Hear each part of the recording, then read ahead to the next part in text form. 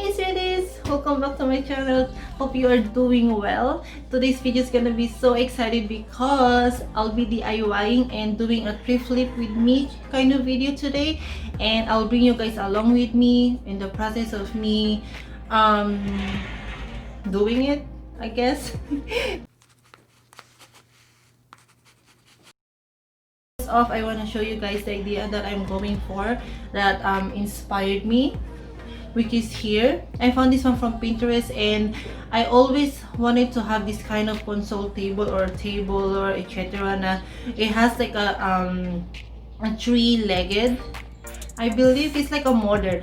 I'm not sure what they call it, but it's like it's what you it's very trendy nowadays. Yung bang three-leg modern console table, which I will show it to you guys here. It's basically I wanted to have something like that for so long, and at this time I'm not really into buying and spending stuff just to have new furniture. You know, you know what I mean. So I wanna I wanna use what I have without spending money and work with I have, because that's what a DIY was supposed to do, I guess. That's the essence of DIY, right? Is what is working on what you have already. I'll be working on this rattan chest, which is I thrifted long time ago. I believe like 2 years ago. I've been putting all my mga bags ko do para hindi siya maalikabukhan. And I reckon I wanna change the look. Kumbaga. And with that being said, I luckily found this perfect leg for my console table. I actually found this from my dad's workshop, and it was an old chair na wala basically nawala na yung upuan niya in sandalan niya. Ang natira na lang yung mismong leg na lang. And I have a perfect idea for it, and actually it was in a silver metal, which I'll be spray painting it to make it more like modern, trendy, more chic and more Pinterest looking. So, and then I will bring you guys with me, and if you're interested in to see the outcome of my thrift flip, then please do keep on watching.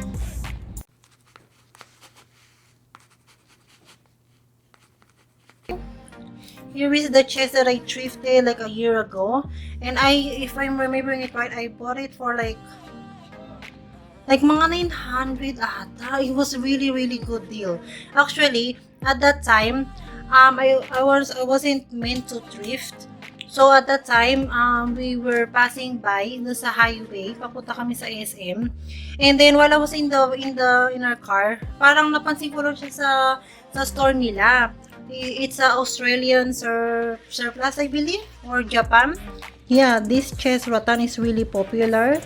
Anyway, even now it's really popular, and I can tell you could probably buy this for like, I believe like so very expensive. I tried to look online how much this would would cost in a market, and I really super slick nung look niya is so very expensive looking, and I really can tell that is well done, and this was handmade, kasi yung bang meron siya mga imperfection compare sa mga nabibili nyo sa mga mamahaling furniture store or malls. So you can see meron siya ditong, I really like this detail, gold siya, and then as you can see meron siyang gold detailing, and then meron siyang handle here, and then I really love this detail here as well. Para siyang wooden, it's not a bono, parang necklace chain. I remember when I was a kid, I used to have like a necklace chain like this. I saw this and I saw a really good potential, kaya I reckon why not spray paint this a black.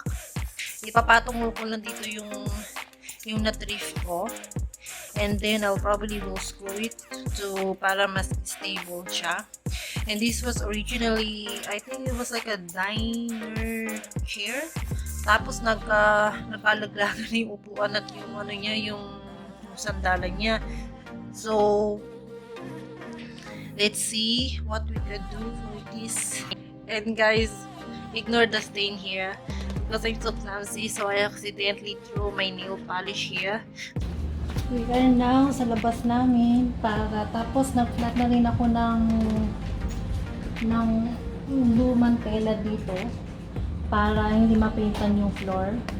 And then first, I'm just gonna use 100 sanding paper, and then sand ko lang siya ng konti like that para mawala yung pa kasi may mga rust para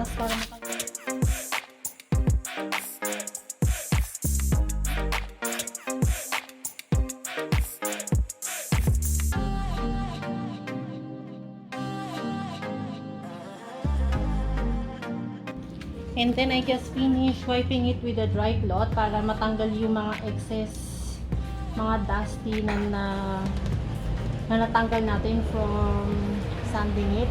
So now I'll be spray painting it with this brand, from this brand Bosni metallic black. I bought this from Shopee. Nililive ko yung link nung shop, and this is my first time trying this brand.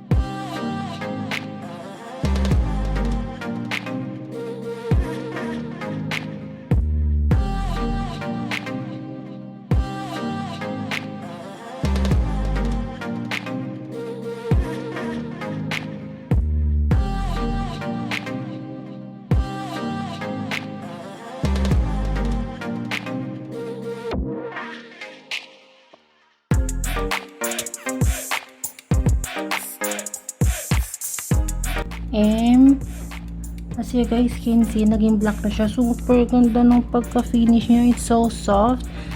And para siyang I can still see a bit shine. But as you can see na mas parang nagre-refresh siya. It means it's shiny, diba? I will see maybe in few days. Mas magiging metallic siya. But aside from that, I really like the finish. It's super soft and then super easy nyo lang spray. I've had some yung ang kinuha ko rin yung water base.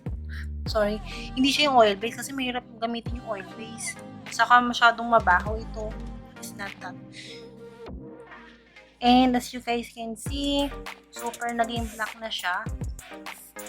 Ito yung screw kasi di ba sabi ko chair to before, so dito pinapasok ko yung screw. So I was thinking I will screw here yung chest, yung rattan chest, and I will first